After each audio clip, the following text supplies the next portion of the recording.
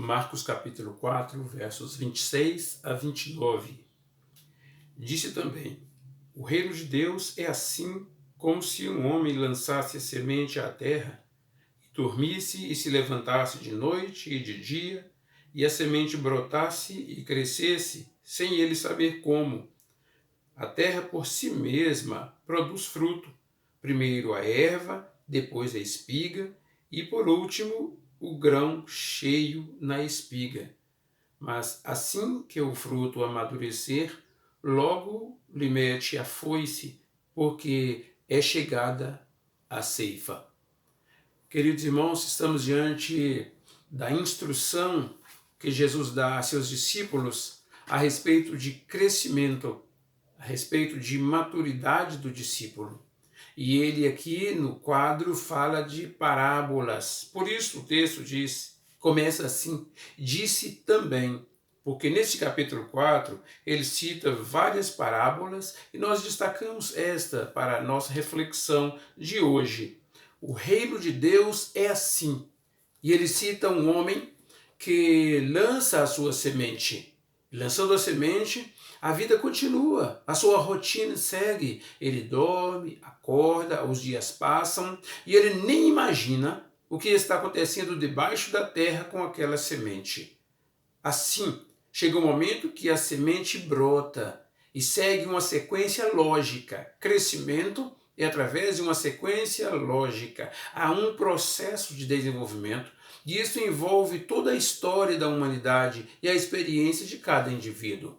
Assim sendo, a semente, primeiro a erva, como aqui está escrito, primeiro vem a erva, depois a espiga e por último o grão cheio na espiga.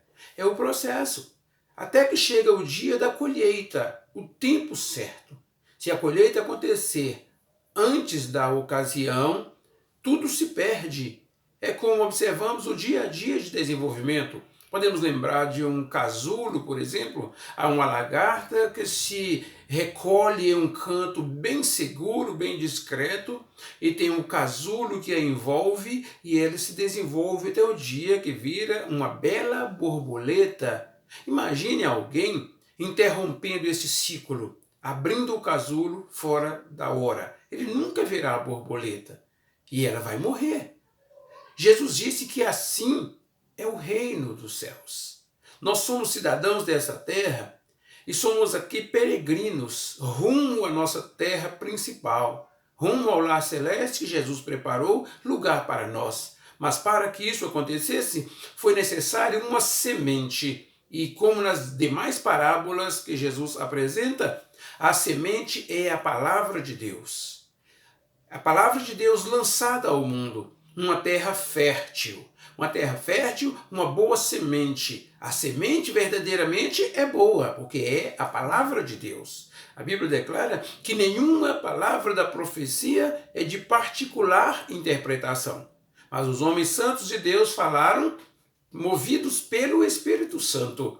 Como 2 Timóteo capítulo 2 está escrito, toda a Escritura é divinamente inspirada. Ela é proveitosa para ensinar, para instruir, para disciplinar em todas as áreas da vida. E a palavra de Deus é assim. Ela é lançada. Ela não volta para si, para Deus, vazia.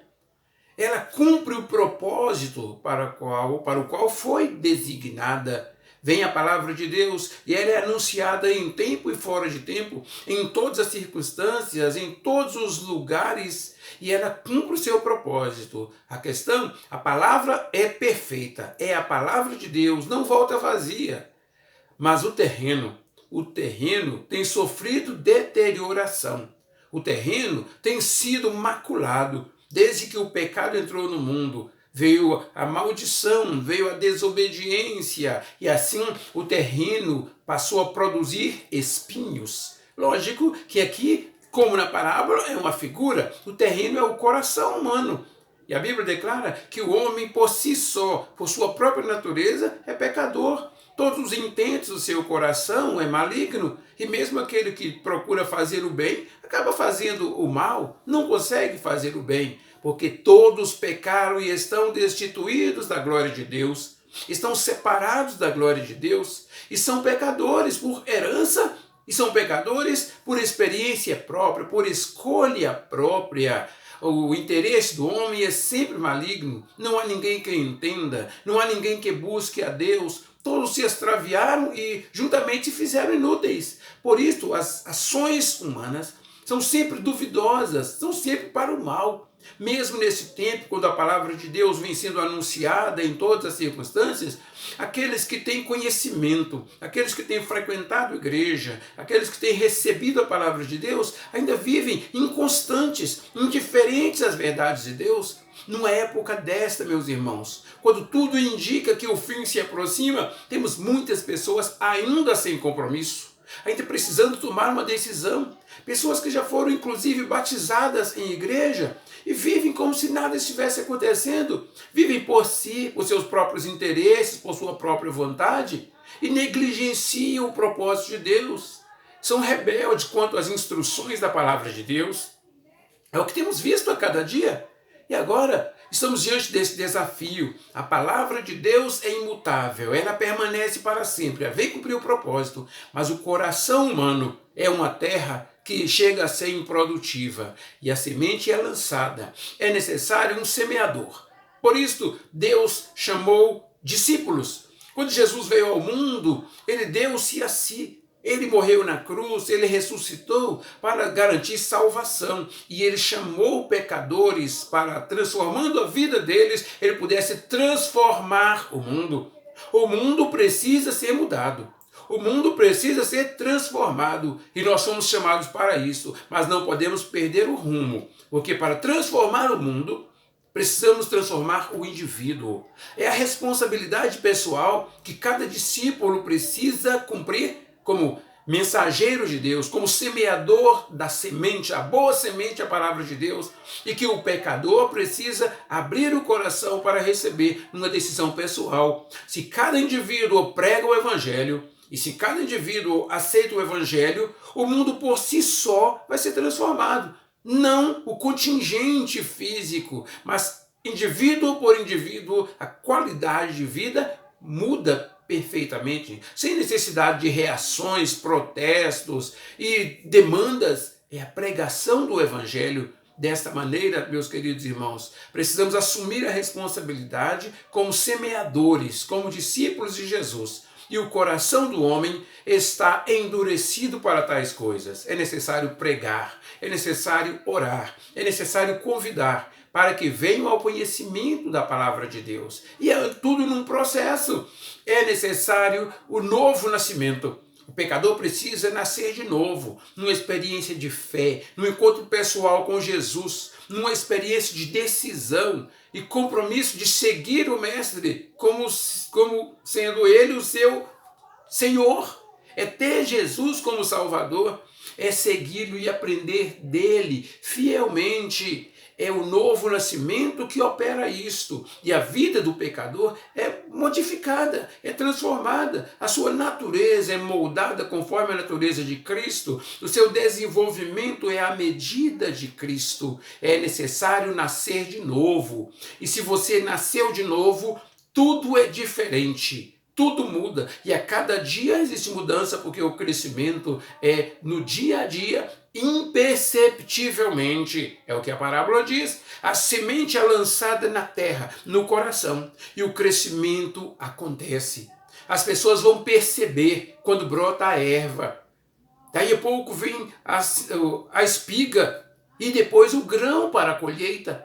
É assim que acontece o crescimento do discípulo. Não se percebe.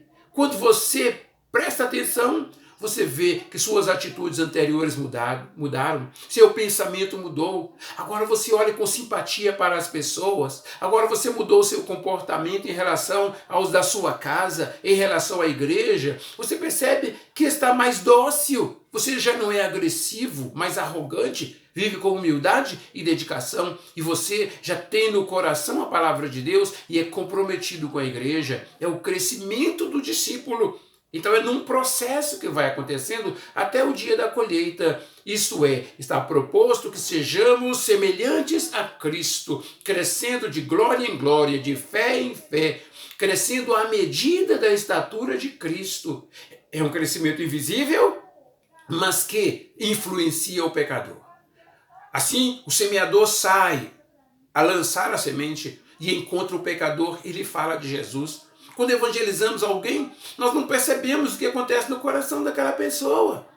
Falamos de Jesus, essa é a nossa responsabilidade. Pregar o evangelho em tempo e fora de tempo. Pregar o evangelho a todas as pessoas sem distinção. Não podemos escolher a quem evangelizar, mas a todos que encontrarmos pelo caminho e fazer deles um discípulo. Lançamos a semente e não conseguimos ver o coração daquela pessoa para perceber o que está acontecendo, mas já está acontecendo.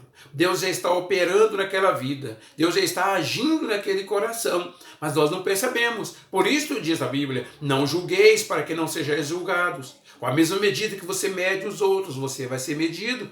Como também nos desafia, não diga no seu coração, aquele vai para o céu ou aquele vai para o inferno. Porque Deus é quem vê o que está acontecendo no coração da pessoa. Assim, o pecador recebe Jesus e é transformado também e se torna um seguidor de Jesus para fazer a sua vontade enquanto é tempo, enquanto há ocasião. Ele está crescendo. Mas Jesus também disse, como está escrito na palavra de Deus, pelo fruto que se conhece a árvore. Nós não conseguimos ver o coração, mas vimos os resultados. A gente consegue perceber o que está acontecendo em nossa própria vida. E olhando nós para aquele a quem discipulamos ou por quem oramos, começamos a perceber a diferença. Não somos chamados a julgar isto, mas temos que crer na mudança e continuar o treinamento daquele discípulo. E muitas pessoas nos surpreendem. Muitas vezes pensamos que alguém vem para a igreja e não vai permanecer, e ele permanece e produz frutos. Muitas vezes não acreditamos em tal pessoa por causa do seu comportamento excêntrico, mas de repente somos surpreendidos. De repente pessoas desaparecem da igreja e nós pensamos que estão perdidos, daí a pouco voltam e assumem o seu lugar.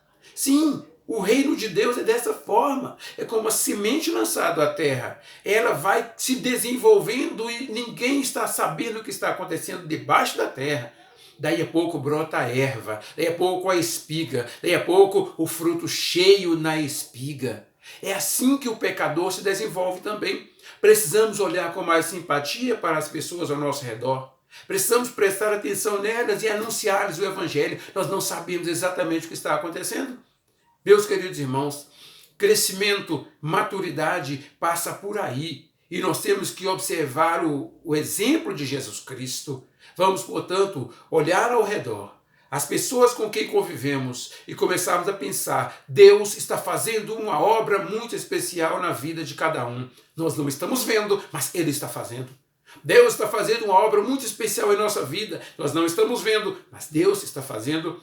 E de repente você está triste, de repente você está com depressão, está sem esperança, está se sentindo abandonado, de repente você está sentindo com muito medo. Deus está fazendo uma obra em sua vida, mas você não está vendo. Então creia nisto. Levanta, resplandece, já vem a sua luz. O profeta Isaías declara isso. E a glória do Senhor vem nascendo sobre ti. É hora de acordar. Não podemos entregar à depressão, à dificuldade. Não. Temos que saber que Deus é fiel e Ele faz a obra. Como a semente no seio da terra, a semente está em nosso coração e Deus está trabalhando de dia e de noite. De dia e de noite. E nós precisamos crer nisto, meus irmãos. E caminhar firmemente neste desafio. Olhando para a situação desta pandemia, é o que está acontecendo. De repente estamos sozinhos, estamos sofrendo, estamos sem esperança de que dias melhores virão, mas Deus está trabalhando, Ele não está dormindo, Ele está atento às nossas necessidades e Ele caminha conosco em todas as circunstâncias. Caminhemos, pois, meus irmãos, com firmeza, como semeadores, discípulos de Jesus, semeando a palavra de Deus em todas as direções, em todos os terrenos, a todas as pessoas. E vamos orar por elas. São tantos nomes que chegam para a igreja, tantos pedidos de oração. Será por que isso? Nós estamos orando para alcançar os não alcançados. Estamos pedindo a Deus que nos ajude. Então Deus está mandando os não alcançados com esses nomes, pedindo oração. Não podemos ficar somente fechados na oração, temos que ir atrás dessas pessoas. Temos que fazer contato para ver o que está se passando, dar a notícia. Estamos orando por vocês. E aí, como estão as coisas? É procurar, porque esta é a porta que Deus abriu para evangelizarmos nesse tempo de isolamento social. Nós não podemos ir de porta em porta, não podemos ir para as praças, não podemos nem mesmo sair para os cultos. Então Deus vai criando situações para nós, porque Ele não está dormindo. Ele está trabalhando o tempo todo, meus irmãos. Nós não podemos nos distrair, não. Esse é o desafio para hoje. Vamos tomar uma atitude a respeito disso? Cada nome que aparecer ali para orarmos, vamos orar verdadeiramente? E vamos procurar contato com essas pessoas e trazer notícia para a igreja, para que a gente possa trabalhar essas pessoas, a fim de que sejam salvas, a fim de que sirvam a Jesus de todo o coração? Somos desafiados a cada dia. Como, por exemplo, amanhã é dia de eleições, nós vamos votar. Nós vamos como luzes, brilhando. Vamos com o objetivo de votar. O que vai acontecer no caminho? Deus vai pôr diante de nós pessoas. E eles vão olhar para nós. E se nós fôssemos todos votar com a blusa de discípulos de Jesus? Crescimento espiritual. Eis o desafio. O mais adequado seria: sou discípulo de Jesus. Que a pessoa vai ler e vai ter um testemunho. Então vamos no nosso desafio para amanhã. Alcançar os não alcançados. Todos saindo amanhã, qualquer lugar que formos, com a blusa, sou discípulo de Jesus. Temos que pregar o evangelho. Nessa época, é dessa forma que vamos pregando. Nós não podemos abordar as pessoas. Então aqui está o desafio. E orando sempre para que Deus continue a salvar os perdidos. Orando pelos cultos que vão acontecer amanhã. Nós teremos o culto amanhã. Amanhã à tarde, se houver chuva, o culto será dentro do templo. Temos uma equipe inscrita para participar desse culto. Todos leram as recomendações, viram como que deve ser a participação. Sim, é oportunidade para crescimento espiritual. Esperamos que Deus nos ajude a compreender isso, a viver esta realidade, a crer que Ele está agindo. Você está chorando? Você está magoado? Você está triste? Está sem esperança? Deus não está dormindo. Ele está agindo em seu coração. A semente está lançada em seu coração e ela está se desenvolvendo. Por fim, haverá a colheita. Está chegando a hora da colheita. Deus vai recolher o fruto. E você é o fruto, eu sou o fruto, e Deus vai nos recolher à sua presença. Então não podemos desanimar diante de tudo isso que vem acontecendo no mundo de hoje. Não podemos ficar com medo, não podemos entrar em debates, em contendas, porque são interesses de todos, interesses pessoais. O nosso interesse é o reino de Deus. Somos peregrinos nesta terra, somos discípulos de Jesus e o nosso lugar já está preparado e nós vamos morar com Jesus firmemente. Está chegando a hora, tudo indica, todos os sinais que envolvem o mundo indicam que está chegando a hora da última trombeta tocar e seremos recolhidos à presença de Deus, o nosso eterno Pai. Que o Senhor nos abençoe, que o Senhor nos ajude a crescer nesta graça e a viver segundo o seu bom propósito. Amém. Oremos.